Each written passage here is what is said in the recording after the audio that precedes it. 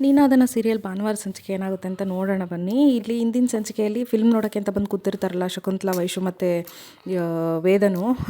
Film start ಆಗುತ್ತೆ. But ವಿಕ್ರಮ್ಗೆ ಗೊತ್ತಾಗುತ್ತೆ ಅವರ ದಾಮೋದರ ಮತ್ತು ವೀರ ಇಬ್ಬರು ಸೇರಿಕೊಂಡು ಅವ್ರನ್ನ ಸಾಯಿಸೋಕ್ಕೆ ಸುಪಾರಿ ಕೊಟ್ಟಿರೋ ವಿಷಯ. ಫೋನ್ ಮಾಡ್ತಾನೆ, ಅವಳು ಫೋನ್ ರಿಸೀವ್ ಮಾಡಲ್ಲ. ಏನಾದರೂ ಮಾಡಿ ಕಾಪಾಡಬೇಕು ಅಂತ ಹಿಂದಿನ ಸಂಚಿಕೆಯಲ್ಲಿ ಬಂದಿರ್ತಾನೆ ಫಾಸ್ಟಾಗಿ.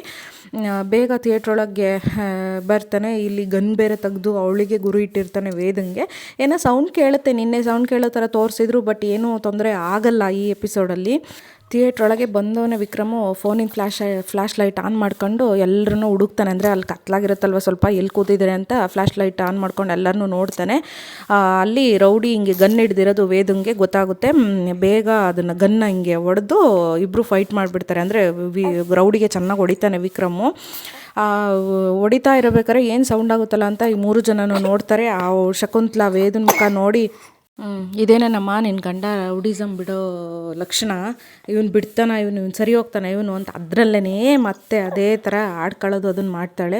ಪಾಪ ವೇದಂಗೆ ಬೇಜಾರಾಗುತ್ತೆ. ಅಷ್ಟೊಂದೆಲ್ಲ ಪ್ರಾಮಿಸ್ ಮಾಡಿ ನೋಡು ಮತ್ತೆ ಇಲ್ಲೇ ಬಂದು ಹೊಡೆದ. ಯಾಕಂದ್ರೆ ಅವಳಿಗೆ ಗೊತ್ತಿರಲ್ಲಲ್ಲ ಇದು ಏನು ಕಾರಣಕ್ಕೆ ಅಂತ. ಅವಳು ನೋಡೋದು ಬರೀ ಹೊಡೆದಾಡ್ತಿದ್ದಾನೆ ಅಷ್ಟೇ ವೇದಂಗೆ ಇಂಪಾರ್ಟೆಂಟ್ ಆಗೋದು.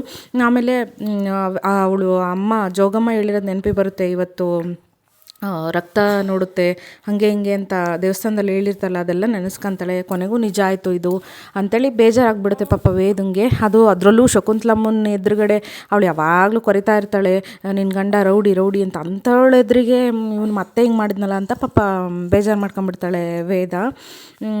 ಅದು ಕೊನೆಗೂ ನೋಡಿ ವಿಕ್ರಮು ಅದೇನು ಅಗೋರಿ ಹೇಳಿರ್ತಾನಲ್ವ, ಇವತ್ತು ನಿನ್ನ ಶರ್ಟು ರಕ್ತ ನೋಡುತ್ತೆ, ನಿನ್ನ ಕೈಗೆ ರಕ್ತ ಮೆತ್ತುತ್ತೆ ಅಂತ. ಕೊನೆಗೂ ರಕ್ತ ಶರ್ಟಿಗೆ ಮೆತ್ತೆ ಬಿಡುತ್ತೆ, ಕೈಯೆಲ್ಲ ರಕ್ತ ಆಗುತ್ತೆ. ಅಂತೂ ಅಗೋರಿ ಹೇಳಿರೋ ಮಾತು ನಿಜ ಆಗುತ್ತೆ. ರೌಡಿನ ಚೆನ್ನಾಗಿ ಹೊಡೆದು ಅವ್ನು ಕೆಳಗೆ ಬೀಳ್ತಾನೆ. ಇವನೇನು ಮಾಡ್ತಾನೆ ವಿಕ್ರಮು, ಪಾಪ ಆತನಿಗೆ ಏನು ಗೊತ್ತಿರಲ್ಲ, ವೇದನ ಕಾಪಾಡಬೇಕು ಅನ್ನೋದು ಅಷ್ಟೇ ಮನಸ್ಸಲ್ಲಿರುತ್ತೆ. ಹತ್ರಕ್ಕೆ ಬಂದು, ವೇದ ನಿನಗೇನು ತೊಂದರೆ ಆಗಿಲ್ಲ ತಾನೆ, ನಿನಗೇನು ಪ್ರಾಬ್ಲಮ್ ಆಗಿಲ್ಲ ತಾನೆ ಅಂತ ಹತ್ರಕ್ಕೆ ಬಂದು ಕೇಳ್ತಾನೆ. ಈ ಶಕುಂತಲಾ ಸುಮ್ಮನೆ ಇರಬೇಕಲ್ವಾ, ವಿಕ್ರಮ್ ಮುಂದಕ್ಕೆ ಬಂದು, ಪಕ್ಕದಲ್ಲಿದ್ದವಳು ವಿಕ್ರಮ್ ಮುಂದಕ್ಕೆ ಬಂದು ಪಾಪ ವಿಕ್ರಮ್ ಕೆನ್ನೆಗೆ ಒಂದು ಏಟು ಕೊಟ್ಟುಬಿಡ್ತಾಳೆ, ಹೊಡೆದ್ಬಿಡ್ತಾಳೆ ವಿಕ್ರಮ್. ಶಕುಂತಲಾ ವಿಕ್ರಮಗೆ ಹೊಡೆದು, ಮನುಷ್ಯತ್ವ ಇದೆಯೇನೋ ನಿನಗೆ, ರೌಡಿ ನೀವೆಲ್ಲ ಸತ್ರು ಬದಲಾಗಲ್ಲ, ನೀವೆಲ್ಲ ಹಿಂಗೆ ಕೊನೆವರೆಗೂ ಉಟ್ಗುಣ ಸುಟ್ಟರು ಹೋಗಲ್ಲ ನಿಮಗೆ. ಅನ್ಯಾಯವಾಗಿ ಹುಡುಗಿಗೆ ತಾಳಿ ಕಟ್ಟಿ ಹುಡುಗಿ ಜೀವನನೂ ಹಾಳು ಮಾಡ್ದಲ್ಲೋ. ಏನಮ್ಮ ವೇದ, ನನ್ನ ಗಂಡನ ನಾನು ಬದಲಾಯಿಸ್ತೀನಿ, ಅವ್ನು ರೌಡಿ ಎಲ್ಲ, ಅವ್ನು ಹಂಗೆ ಹಿಂಗೆ, ನಾನು ಹಂಗೆ ಮಾಡ್ತೀನಿ ಹಿಂಗೆ ಮಾಡ್ತೀನಿ ಅಂದಲ್ಲ, ಇದೇನಾ ಇವ್ನು ಬದಲಾಗೋದು ಅಂತೇಳಿ ಪಾಪ ವೇದಂಗೆ ಅಂತಿರ್ತಾಳೆ ಶಕುಂತಲಾ. ಈ ವಿಕ್ರಮು ಸಿಟ್ಟಲ್ಲಿ ನೋಡ್ತಿರ್ತಾನೆ ಶಕುಂತಲನ್ನ. ಇನ್ನು ಇಂಥೊಂದು ಜೊತೆ ಸಂಸಾರ ಮಾಡ್ತೇವೆ ವೇದ, ಥೂ ನಿನ್ನ ಜನ್ಮಕ್ಕೆ ಅಂತ ಹೋಗೋದು ನನ್ನ ಜೊತೆಗೆ ಬಾರ್ ವೇದ ಅಂತೇಳಿ ಶಕುಂತಲಾ. ಆ ಯಮ್ಮ ಅದು ಯಾಕಂಗೆ ಆಡ್ತಾಳೆ ಶಕುಂತಲಾ ಗೊತ್ತಿಲ್ಲ. ಪಾಪ ಅವರಿಬ್ರು ಅಷ್ಟು ಚೆನ್ನಾಗಿರಬೇಕು, ನಾವು ಸರಿಯಾಗಬೇಕು ಅಂದ್ರೂ ಮಧ್ಯದಲ್ಲಿ ಅದೇ ಹಳೇ ಟೇಪ್ ರೆಕಾರ್ಡ್ ಹಾಕಿ ಪಾಪ ಅವಳನ್ನ ವೇದನ ಪದೇ ಪದೇ ಬೇಜಾರು ಮಾಡ್ತಾಳೆ. ಏನ್ರಿ ಸುಮ್ಮನೆ ಇದ್ದೀನಿ ಅಂತ ಬಾಯಿಗೆ ಬಂದಂಗೆ ಮಾತಾಡ್ತಿದ್ದೀರಾ ಅಂತ ರೈಸ್ ಆಗಿಬಿಡ್ತಾನೆ ವಿಕ್ರಮು. ಏನ್ರಿ ದೊಡ್ಡ ಮೇಧಾವಿನ ನೀವು, ಫಸ್ಟ್ ಆಫ್ ಆಲ್ ನನ್ನ ಹೆಂಡತಿ ಮಧ್ಯೆ ಬಂದು ಇವೆಲ್ಲ ಮಾತಾಡೋಕ್ಕೆ ಯಾರ್ರಿ ನೀವು? ಪದೇ ಪದೇ ಬಂದು ನನ್ನ ಹೆಂಡತಿ ತಲೆ ಯಾಕ್ರಿ ಕೆಡಿಸ್ತೀರಾ? ಬೆತಳ ಇಲ್ಲೇನು ನಡೀತಿದೆ ಅಂತ ಗೊತ್ತಾ ಅಂತ ಹೇಳಕ್ಕೆ ಹೋಗ್ತಾನೆ. ಮುಚ್ಚಬಾಯಿ, ಇನ್ಮೇಲೆ ನನಗೂ ನಿನಗೂ ಯಾವ ಸಂಬಂಧನೂ ಇಲ್ಲ ಅಂತೇಳಿ ಬೈತಾಳೆ ವೇದ. ಹೋಗೆ, ಅವರು ಇವ್ರ ಮಾತು ಕೇಳಿ ನೀನು ಹಿಂಗೆಲ್ಲ ಮಾತಾಡೋದಾದ್ರೆ ಹೋಗು, ಎಲ್ಲಾದರೂ ಹಾಳಾಗಿ ಹೋಗು ಅಂತೇಳಿ ಅಂದ್ಬಿಡ್ತಾನೆ ಸಿಟ್ಟಲ್ಲಿ ಪಾಪ ವಿಕ್ರಮು. ಆಯ್ತಲ್ಲ ಮರ್ಯಾದೆ ಅಂತೇಳಿ ಆ ಶಕುಂತಲಾ ಇದ್ದಾಳಲ್ಲ ಪಾಪ, ಆ ವೇದನ ಕೈ ಹೇಳ್ಕೊಂಡು ಹೋಗೇ ಬಿಡ್ತಾಳೆ. ಅಂತೂ ಈ ನಮ್ಮ ವಿಕ್ರಮ್ನ ಒಂಟಿ ಮಾಡಿ ಅದೇನು ಬೇಕು ಅಂತ ಓದ್ಲೋ ಅಥವಾ ಸಿಟ್ಟಲ್ಲಿ ಓದ್ಲೋ ಗೊತ್ತಿಲ್ಲ ವೇದ, ಅಂತೂ ಅವನನ್ನು ಬಿಟ್ಟು ಹೊಟ್ಟೋಗ್ಬಿಡ್ತಾಳೆ ಶಕುಂತಲನ ಜೊತೆಗೆ. ಅಣ್ಣ ಅದಕ್ಕೆ ಹೋಗ್ತಿದ್ದಾರ ಅಣ್ಣ, ತಡೀರೋಣ ಅವಳನ್ನ ತಡಿಯೋಣ ಅಂತೇಳಂತಾರೆ ಬಾಲ ಮತ್ತು ಮುನ್ನ. ಹೋದ್ರೆ ಹೋಗ್ಲಿ ಬಿಡ್ರು, ಯಾರ್ಯಾರ್ದೋ ಮಾತು ಕೇಳಿ ಹೋಗ್ತಿದ್ದಾಳೆ, ಹೋಗ್ಲಿ ಬಿಡು, ಅದಕ್ಕೆ ನಾನು ಯಾಕೆ ತಡಿಬೇಕು ಅಂತಾನೆ ವಿಕ್ರಮು. ನೆನ್ಪು ಮಾಡ್ಕೊತಾನೆ ಅಗೋರಿ ಹೇಳಿದ್ದು, ಮೊದಲು ಬಾರಿಗೆ ನೀನು ಬಿಳಿ ಬಟ್ಟೆ ತೊಟ್ಟಿರೋ ಏನು ತೊಟ್ಟಿದೆಯಾ, ಇದು ರಕ್ತ ಆಗುತ್ತೆ, ನಿನ್ನ ಕೈ ರಕ್ತ ಆಗುತ್ತೆ ಇವತ್ತು ಅಂತ ಅಗೋರಿ ಹೇಳಿರ್ತಾನಲ್ಲ, ಅದೆಲ್ಲ ನೆನ್ಪು ಮಾಡ್ಕೊಂಬಿಡ್ತಾನೆ ವಿಕ್ರಮು. ನೋಡು ಅಗೋರಿ ಹೇಳಿರೋದು ಎಷ್ಟು ನಿಜ ನೋಡ್ರಿ. ಈ ಕಡೆ ವಿಕ್ರಮ್ ಸಿಟ್ಟಲ್ಲಿ ಮನೆಗೆ ಬಂದು, ಅಂದರೆ ವೀರನೇ ಸುಪಾರಿ ಕೊಟ್ಟಿರೋದು ಅಂತ ಗೊತ್ತಾಗ್ಬಿಡುತ್ತಲ್ಲ, ಸಿಟ್ಟಲ್ಲಿ ಬಂದು, ಏಯ್ ವೀರ ಬರೋಲಿ ಕೆಳಗೆ ಬರೋ, ನಿನಗೆ ತಾಕತ್ತಿದ್ರೆ ನನ್ನ ಜೊತೆಗೆ ಫೈಟ್ ಮಾಡು ಅಂತೇಳಿ ಕಿರ್ಚಾಡ್ತಾನೆ. ಬರೋಲೇ ಕೆಳಗೆ ಅಂತ ದಾಮೋದರ ವೀರ ಇಬ್ಬರು ಕೆಳಗೆ ಬರ್ತಾರೆ. ನಿನಗೆ ಎಷ್ಟು ಧೈರ್ಯ ಇದ್ದರೆ ನೀನು ನನ್ನ ಹೆಂಡ್ತಿನೇ ಕೊಲ್ಲಕ್ಕೆ ಸುಪಾರಿ ಕೊಡ್ತೀಯಾ, ನನ್ನ ಹೆಂಡ್ತಿನೇ ಕೊಲ್ಲಕ್ಕೆ ನೀನು ರೌಡಿನ ಕಳಿಸ್ತೀಯಾ? ಅದಕ್ಕೆ ಕೊಳ್ಪಟ್ಟೆ ಹಿಡ್ಕೊಂಬಿಡ್ತಾನೆ ವೀರಿಂದ. ಈ ಬಿಡಲಿ, ನಿನ್ನ ಹೆಂಡ್ತಿ ಆದರೆ ಏನು, ಅವಳು ಎಷ್ಟರಲ್ಲಿರಬೇಕೋ ಅಷ್ಟರಲ್ಲಿರಬೇಕು, ಅದನ್ನು ಬಿಟ್ಟು ನಮ್ಮ ಬಿಸ್ನೆಸ್ಗೆ ಮೂಗು ತೋರ್ಸಕ್ಕೆ ಬಂದರೆ ಬಿಡ್ತೀನಾ ಅಂತಾನೆ ವೀರ.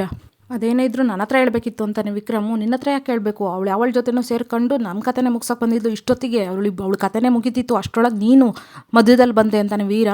ಇಷ್ಟೊತ್ತಿಗೆ ಅವಳು ರಕ್ತ ಕುಡಿದು ಬಿಡ್ತಿದ್ದೆ ಅಂತಾನೆ ವೀರ. ಸಿಟ್ಟು ಬಂದುಬಿಟ್ಟು ವಿಕ್ರಮ್ಗೆ ಸರಿಯಾಗಿ ಅಣಿತಾನೆ ನೋಡ್ರಿ.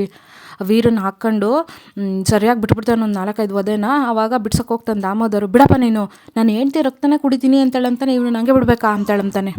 ಈ ಬಿಡೋ ವಿಕ್ರಮ್ ನಿನ್ನ ಮಣ್ಣ ಕಣ ಬಿಡೋ ಅಂತೇಳಿ ಬಿಡ್ಸಕ್ಕೆ ಹೋಗ್ತಾನೆ ದಾಮೋದರ. ನಾನು ಹೆಂಡ್ತಿನೇ ಸಾಯ್ಸಕ್ಕೆ ಬಂದಿದ್ದಾನೆ, ಅಣ್ಣ ಆದ್ರೇನು ಯಾವನಾದ್ರೇನು ಅಂತೇಳಿ ಕುತ್ತಿಗೆಗೆ ಕೈ ಹಾಕ್ಬಿಡ್ತಾನೆ. ವೀರ ಮತ್ತು ಸಾಯ್ಗೀಸನು ಅನ್ನೋ ಭಯದಲ್ಲಿ ಪಪ್ಪನೇ ಕೊಲ್ಲಕ್ಕೆ ಹೇಳಿದ್ದು, ಪಪ್ಪನೂ ಕೊಲ್ತೀಯಾ ಅಂದ್ಬಿಡ್ತಾನೆ. ಸಿಟ್ಟಾಗಿ ಅವ್ರ ಅಪ್ಪನೂ ನೋಡ್ಬಿಡ್ತಾನೆ ವಿಕ್ರಮು. ಅವ್ರ ಅಪ್ಪನ ಮುಂದಕ್ಕೆ ಹೋಗ್ತಾನೆ. ದಾಮೋದರ ಎದ್ರುಕೊಂಡು ವಿಕ್ರಮಂಗೆ ನನ್ನ ಮೇಲೆ ಸುಳ್ಳು ಹೇಳ್ತಿದ್ದೀನೋ ವೀರ, ನಾನು ಹೇಳಿದ್ನ ಅಂತೇಳಿ ವೀರಂಗೆ ಒಂದು ಒದೆ ಕೊಟ್ಬಿಡ್ತಾನೆ. ಪಾಪ ನೀವು ಹೇಳ್ತೀರಾ ಮತ್ತೆ ನಾನೇ ಪ್ಲ್ಯಾನ್ ಮಾಡಿದ್ನ, ನೀವೇ ತಾನೇ ಹೇಳಿದ್ದು ಅಂತೇಳಂತಾನೆ. ಒಬ್ಬರ ಮೇಲೊಬ್ರು ವಾತ್ಸಾಡ್ತಾರೆ. ಪಾಪ ನೀವೇ ಅಲ್ವಾ ಹೇಳಿದ್ದು ಅಂದಿದ್ದಕ್ಕೆ ನಾನು ಅವ್ರಿಗೆ ಬರೀ ವಾನ್ ಮಾಡು ಅಂತ ಹೇಳಿದ್ದು, ಕೊಲೆ ಮಾಡು ಅಂತ ಹೇಳಿದ್ನೇನೋ ಅಂತ ಕಣ್ಣು ಮೆಟುಕಿಸ್ತಾನೆ. ಅವಾಗ ವೀರ ಸುಮ್ಮನಾಗ್ತಾನೆ. ನೋಡು ವೀರಮ್, ನೋಡು ಅವನು ನಾನು ಬರೀ ವಾನ್ ಮಾಡು ಅಂತ ಹೇಳಿದ್ದೆ, ಇವನು ನೋಡಿದ್ರೆ ತಪ್ಪು ತಿಳ್ಕೊಂಡು ಹಿಂಗೆಲ್ಲ ಮಾಡಿದ್ದಾನೆ ಅಂತ ದಾಮೋದರ್ ಫುಲ್ ಎದ್ರಕೊಂಡ್ಬಿಟ್ಟಿರ್ತಾನೆ ವಿಕ್ರಮ್ಗೆ. ವಿಕ್ರಮ್ ಇರೋ ಸಿಟ್ಟಲ್ಲಿ ಅವ್ನು ಏನು ಮಾಡೋಕ್ಕೆ ಬೇಕಾದರೂ ವೇಸ್ತಿರ್ಲಿಲ್ಲ, ಅಷ್ಟು ಸಿಟ್ಟಲ್ಲಿದ್ದ ವಿಕ್ರಮು. ಖುಷಿಯಾಗುತ್ತೆ ವಿಕ್ರಮ್ ಎಷ್ಟು ಬದಲಾಯಿದ್ದಾನೆ ನೋಡ್ರಿ. ನೀವು ಸಂಬಂಧಗಳಿಗೆ ಬೆಲೆನೇ ಕೊಡಲ್ಲ. ನನ್ನ ಹೆಂಡ್ತಿನೇ ಸುಪಾರಿ ಕೊಟ್ಟಿದ್ರೆ ಮುಂದೊಂದು ದಿನ ನನ್ನಿಂದ ಏನಾದರೂ ನಿಮ್ಮ ಬಿಸ್ನೆಸ್ಸಿಗೆ ತೊಂದರೆ ಆಯಿತು ಅಂದರೆ ನೀವು ನನ್ನನ್ನು ಸಾಯಿಸೋಕ್ಕೂ ಸುಪಾರಿ ಕೊಟ್ಬಿಡ್ತೀರ. ನನಗೆ ನೀವು ಬೇಡ, ನಿಮ್ಮ ಬಿಸ್ನೆಸ್ಸು ಬೇಡ, ಒಟ್ಟಿನಲ್ಲಿ ನಿಮ್ಮ ಸಂಬಂಧ, ಈ ಮನೆ ಯಾವುದು ಬೇಡ ಅಂತ ಅಂದ್ಬಿಡ್ತಾನೆ ದಾಮೋದರಂಗೆ. ಎಷ್ಟು ಚೆನ್ನಾಗಿ ಬದಲಾಗಿದ್ದಾನೆ ನೋಡಿ ವಿಕ್ರಮು. ಈ ಕಡೆ ವೇದ ಶಕುಂತಲನ ಮನೇಲಿರ್ತಾಳೆ, ಅಡುಗೆ ಮನೇಲಿ ಅಳ್ತಾ ಇರ್ತಾಳೆ. ಅಲ್ಲಿಗೆ ಶಕುಂತಲ ಬಂದು, ವೇದ ಏನು ಮಾಡ್ತಿದ್ಯಮ್ಮ, ಅಳ್ತಾ ಇದೆಯಾ ವೇದ, ಅಳ್ಬಾರ್ದು, ಇಂಥ ಯುಗ್ರಿಗೆಲ್ಲ ನಮ್ಮ ಕಣ್ಣೀರನ್ನ ವೇಸ್ಟ್ ಮಾಡ್ಕೋಬಾರ್ದು. ಆ ರೌಡಿ ನಿನಗೆ ಸರಿಯಾದ ಜೋಡಿ ಅಲ್ಲ, ಇವನನ್ನು ಮರ್ತು ಬಿಡು, ಅವನ ಜೊತೆಗೆ ಇರಬೇಡ. ಇವಳಿಗೆ ಏನಾಗಿದೆಪ್ಪ ಈ ಶಕುಂತಲನಿಗೆ, ಪಾಪ ಅಷ್ಟು ಒಳ್ಳೆ ಜೋಡಿನ ಬೇರೆ ಮಾಡೋಕ್ಕೆ ನೋಡ್ತಿರ್ತಾಳೆ ಯಾವಾಗ್ಲೂ. ಅವನಿಗೆ ನನ್ನ ಮೇಲೆ ಪ್ರೀತಿ ಇಲ್ಲ, ಅವನಿಗೆ ನನ್ನನ್ನು ರಕ್ಷಣೆ ಮಾಡೋಕ್ಕೆ ಇಷ್ಟ ಇಲ್ಲ ಅಂತಂದಿದ್ರೆ ಅವ್ನ ಪ್ರಾಣ ಒತ್ತೆ ಇಟ್ಟು ನನ್ನ ಪ್ರಾಣ ಯಾಕೆ ಉಳಿಸ್ತಿದ್ದ ಅಮ್ಮ, ನನಗೆ ಬೇಜಾರಲ್ಲ, ಗಿಲ್ಟ್ ಕಾಡ್ತಾ ಇದೆ, ಪ್ರಾಮಿಸ್ ಮಾಡಿ ಈ ಥರ ಮಾಡ್ದ ಅಂತ ಅಂತಾಳೆ ವೇದ. ಅಯ್ಯೋ ಹುಲಿಗಳು ಬೇಟಾಡೋದು ನಿಲ್ಲಿಸಿದ್ವು ಅಂತ ಅಂದಿದ ತಕ್ಷಣ ಅವ್ರು ಒಳ್ಳೆವಾದ್ವು ಅಂತ ಅಲ್ಲ, ಇದೇ ಶಕುಂತಲವಂತೂ ಬರೀ ಅದೇ ಹಳೆ ಟೇಪ್ ರೆಕಾರ್ಡ್ ಆಗ್ತಾಳಪ್ಪ. ನನಗಂತೂ ಇದ್ರ ಬಗ್ಗೆ ನಿಮ್ಗೆ ಏನೇನು ಥರ ಅಭಿಪ್ರಾಯ ಇದೆ ದಯವಿಟ್ಟು ಕಮೆಂಟ್ ಬಾಕ್ಸಲ್ಲಿ ಕಮೆಂಟ್ ಮಾಡಿ. ವೇದನ್ನ ಬರೀ ಯಾವಾಗಲೂ ಅವನಿಂದ ದೂರ ಮಾಡೋಕ್ಕೆ ಓಡಾಡ್ತಾ ಇರ್ತಾಳೆ.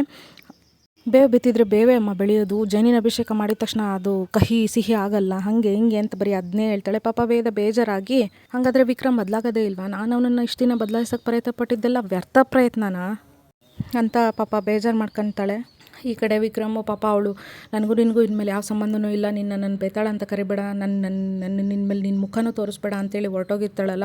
ಒಂಟಿಯಾಗಿಬಿಡ್ತಾನೆ ವಿಕ್ರಮು, ಕುಡಿಯೋಕ್ಕೆ ಅಂತ ಕೂತಿರ್ತಾನೆ ಅವ್ರ ಮನೆ ಹತ್ರ.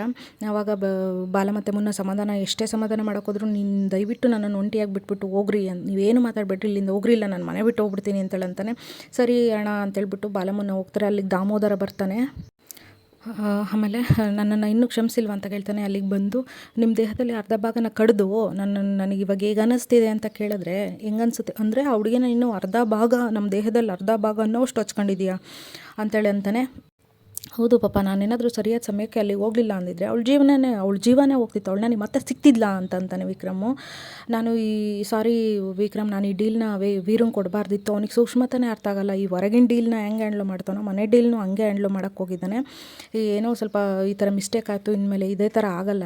ಎಷ್ಟು ಈಸಿಯಾಗಿ ಹೇಳ್ತಾರೆ ಇದೇ ಥರ ಆಗಲ್ಲ ಅಂತ. ಏನಾದರೂ ಅವಳು ಪ್ರಾಣ ಹೋಗಿದ್ರೆ ನಾನು ಏನು ಮಾಡಬೇಕಿತ್ತು ಅಂತ ಪಾಪ ವಿಕ್ರಮ್ ಫೀಲ್ ಆಗ್ತಾನೆ. ನೋಡಿ, ಇದಿಷ್ಟು ಭಾನುವಾರದ ಸಂಚಿಕೆ. ತುಂಬ ಚೆನ್ನಾಗಿದೆ ಭಾನುವಾರ ಸಂಚಿಕೆ. ಯಾರಿಗೂ ಏನೂ ಅಪಘಾತ ಆಗಲ್ಲ. ನಿನ್ನೆ ಸಂಚಿಕೆಯಲ್ಲಿ ಆ ಥರ ತೋರಿಸಿದ್ರು ಅಷ್ಟೇ, ಶೂಟ್ ಮಾಡೋ ಥರ, ಬಟ್ ಯಾರಿಗೂ ಶೂಟ್ ಆಗಲ್ಲ. ಅಷ್ಟೊತ್ತಿಗೆ ಅವ್ನು ಶೂಟ್ ಮಾಡೋ ಅಷ್ಟೊತ್ತಿಗೆ ವಿಕ್ರಮ್ ಅಲ್ಲಿಗೆ ಹೋಗಿ ಶಕುಂತಲ, ವೇದ, ವೈಶು ಯಾರಿಗೂ ಏನೂ ತೊಂದರೆ ಆಗಲ್ಲ. ನಾನು ನಿಜಾನೇ ಹೇಳ್ತಿರೋದು ಇದರಲ್ಲಿ. ಸೊ ಇನ್ನೊಂದು ಸಂಚಿಕೆಯಲ್ಲಿ ಮತ್ತೆ ಸಿಗೋಣ. Thank you so much and bye.